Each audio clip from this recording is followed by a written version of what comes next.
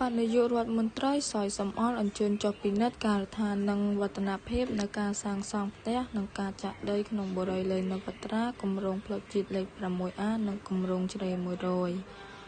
ឯអាដាមសយសំអល់រដ្ឋមន្ត្រីក្រសួងរៀបចំដែនដីនគររូបនីយកម្មនិងសំណង់រួមនឹងមន្ត្រីជំនាញពាក់ព័ន្ធនៅថ្ងៃទី 17 កុម្ភៈ ឆ្នាំ 2026 បានអញ្ជើញចុះពិនិត្យការដ្ឋាននិងវឌ្ឍនភាពនៃការសាងសង់ផ្ទះនិងការចាក់ដីក្នុងបុរីលេខនវត្រាគម្រោងផ្លូវជាតិលេខ 6A និងគម្រោងជ្រេ100 ការចុះពិនិត្យនេះក៏មានការអញ្ជើញអមដំណើរដោយអ្នកអង្គការលេខនវត្រាដែលជាម្ចាស់គម្រោងផងដែរគម្រោងផ្ទះនិងដីឡូលេខនវត្រាជ្រេ100និងគម្រោងផ្លូវជាតិលេខ 6A មានទីតាំងស្ថិតនៅភូមិជ្រេ100និងភូមិអន្លង់ស្លែងឃុំសម្បូរមាសស្រុកមុខកំពូលខេត្តកំបាកន្លងមកអ្នកអង្គការលេខនវត្រាតែងបន្តផ្សព្វផ្សាយសកម្មភាពអតិថិជនមុខពិភាក្សាជាមួយក្រុមការងារបុរីដើម្បីស្វែងរកដំណោះស្រាយជាប្រចាំ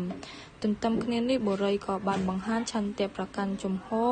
ឈលលើគោលការណ៍ដោះស្រាយមិនឲ្យអតិថិជនខាតបង់អត្ថប្រយោជន៍ឡើយជាមួយនឹងការសម្រេចបាននូវវឌ្ឍនភាពថ្មីៗក្នុងការដោះស្រាយជូនអតិថិជនបុរីក៏សូមអរគុណដល់ក្រសួងរៀបចំដែនដីនគររូបនីយកម្មនិងសំណង់ព្រមទាំងអាជ្ញាធរគ្រប់ជាន់ថ្នាក់ដែលបានជួយសម្របសម្រួលប្លង់ជូនអតិថិជនបុរីលេខនវត្រាស្របពេលបច្ចុប្បន្នក្រុមការងារបុរីក៏បានកំពុងតែទាក់ទងអតិថិជនដើម្បីធ្វើការដោះស្រាយបញ្ចប់ជាបន្តបន្ទាប់បុរីលេខនវត្រាក៏បានបញ្ជាក់ពីការស្វែងរកដំណោះស្រាយជាបន្តបន្ទាប់ក្រោមការសម្របសម្រួលរបស់ក្រសួងរៀបចំដែនដីនិងអាជ្ញាធរពាក់ព័ន្ធដើម្បីបន្តសកម្មភាពការចាក់ដីនិងការសាងសង់និងការប្រគល់ប្លង់រហូតបញ្ចប់គម្រោងទាំងស្រុង